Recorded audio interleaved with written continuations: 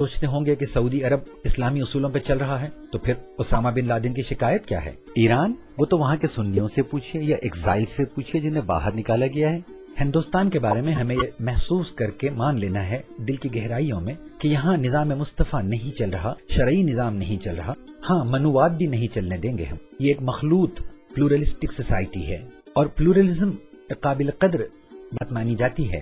Malaysia کے tourism کے advertisement آپ نے ٹی وی پہ دیکھے ہوں گے، وہ ملیشیا کی پلورلزم کو پیش کر کے ٹورسٹ کو اپنی طرف اٹریکٹ کرتے ہیں، ملتفت کرتے ہیں۔ ہندوستان کے بارے میں ہمیں مان لینا ہے کہ ہم اقلیت میں ہیں اور یہ کوئی کمزوری نہیں ہے، یہ ایک چائی ہے۔ اس ناطے اگر ہم میجورٹی یا اکثریت کے سینٹیمنٹس، ان کے جذبات کا خیال رکھتے ہوں، پاس رکھتے ہوں، تو یہ کمزوری نہیں بلکہ گڈ مینرز یا اچھے اخلاق بھی کہے جا سکتے ہیں۔ سورہ ہود کی اس آیت کا مفہوم بھی یہی ہے، وَلَوْ شَاءَ رَبُّكَ لَجَعَلَ النَّاسَ أُمَّةً وَاحِدَةً وَلَا يَجْعَلُونَ مُخْتَلِفِينَ، یعنی اگر خدا چاہتا تو ساری انسانیت کو صرف ایک قوم بنا دیتا، لیکن ایسا اس کی مرضی نہیں تھی، اس لیے لوگ مختلف رائے رکھیں گے۔ اب اگر مختلف رائے رکھنے والے خدا کی مرضی سے یہ رائے رکھتے ہیں تو ہم ان پر اپنی رائے تھوپ کیسے سکتے ہیں؟ کیسے ہم محض ایکسیڈنٹ آف برتھ یا پیدائش کی بنیاد پر کسی کو کافر اور کسی کو مومن قرار دے سکتے ہیں؟ کیسے ہم یہ کہہ سکتے ہیں کہ فلاں ہم سے کمتر ہے یا ہم فلاں سے برتر ہیں؟ ایک اور سچائی یہ ہے کہ ہم میں سب کے حالات ایک جیسے نہیں، سب ایک مقام پر نہیں رہتے، سب کو ایک جیسا تحفظ حاصل نہیں، اور نہ سب کے مسائل ایک جیسے ہیں۔ چنانچہ ہم میں سے کچھ لوگ دین کی کچھ باتوں کو اپنے لیے بڑی اہم مانیں گے اور کچھ دیگر باتوں کو کم اہم۔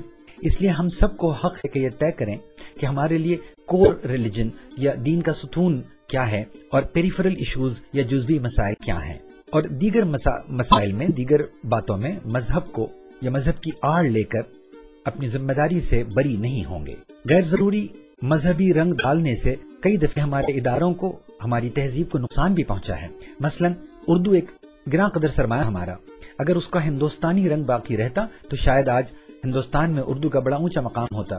اس میں عربی اور فارسی ہم نے اتنی زیادہ شامل کر دی کہ اس سے کچھ لوگوں کو بیر ہو گیا، اسی طرح جس طرح ہندی سے سنسکرتائز کرنے کی وجہ سے ہمیں ہندی بیر ہوا۔ زبان ہی کیوں، میں خود بہت عرصے سے یوگا کے کچھ آسن سیکھنا چاہتا ہوں۔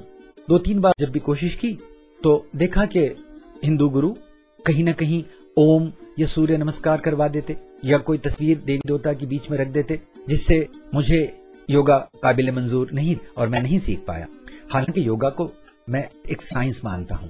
اسی بات کو میں ایک کہانی کے ذریعے پیش کروں گا، وارث کی کہانی۔ وارث، ونود اور وکٹر 3 دوست ہیں، پڑوسی بھی ہیں آپس میں۔ ایک مرتبہ مسز ونود نے وارث سے کہا، مسٹر وارث سے، کہ بھائی صاحب میرے شوہر شہر کے باہر گئے ہوئے ہیں، جب آپ اپنی سبزی لینے جائیں تو ہمارے لیے بھی سبزی لا دیں۔ اور اچھے پڑوسی کی طرح وارث بخوشی وہ سبزی لے آئے۔ ایک اور مرتبہ مسز وکٹر نے مسٹر وارث سے کہا کہ بھائی صاحب میرے شوہر موجود نہیں ہے شہر میں، آپ جب اپنے بچوں کو اسکول چھوڑنے جائیں تو ہمارے بچوں کو بھی چھوڑ دیجئے، اور وارث کو اس میں بھی کوئی تکلف نہیں تھا۔ پھر ایک مرتبہ یہ ہوا کہ مسز ونود نے کہا کہ بھائی صاحب، وارث بھائی، میرے شوہر بیمار ہیں اور آج سیٹرڈے ہے، ہفتہ ہے، انہوں نے اپنی عمر میں کبھی بھی ہنومان جی کی یا بجرنگ بلی کی پوجا ہفتے کے دن ضائع نہیں کی، تو کیا آپ مہربانی کر کے ان کی جگہ بجرنگ بلی کی پوجا کرائیں گے؟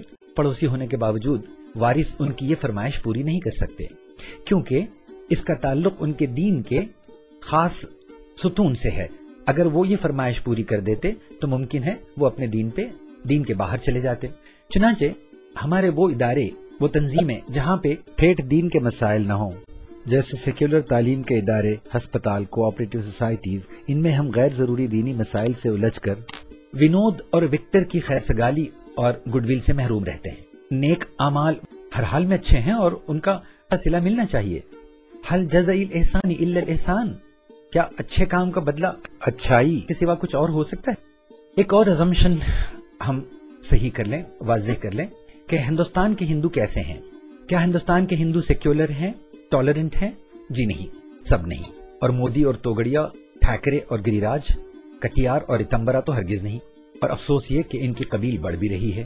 لیکن خوش قسمتی یہ ہے کہ سارا ہندوستان ایسے ہندوؤں سے بھرا نہیں ہے، یہاں ڈھیر سارے بہت پیارے لوگ بھی رہتے ہیں۔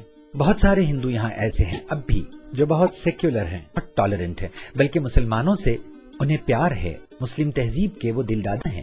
ایسا نہ ہوتا تو کیسے اس ملک میں مسلمان صدر بنتے، کیسے مسلم موسیقاروں، میوزیشینز، مسلم سپورٹس مین اور مسلم ہیروز سنیما کے انہیں پسند آتے، کیسے تاج محل اور قطب مینار کو پسند کرتے، مغل اعظم کو پسند کرتے اور غالب کو چاہتے، کیسے اردو میں بڑے بڑے شاعر ہندو ہوتے، صوفیاء کرام کی درگاہوں پر آج بھی لاکھوں ہندو زیارت کے لیے آتے ہیں، عزیہ کے جلوس میں ہندو شامل ہوتے ہیں، ڈھیر سارے اچھے ہندو ہمارے افسر ہیں، ڈھیر سارے ہندو ہمارے نوکر ہیں، ڈھیر سارے ہندو ہمارے پڑوسی ہیں، ڈھیر سارے ہندوؤں کے ہم احسان مند ہیں اور ڈھیر سارے ہندو ہمارے احسان مند ہیں۔ یہ تعلقات اچھے اور برے دونوں نوعیت کے ہوتے رہے ہیں۔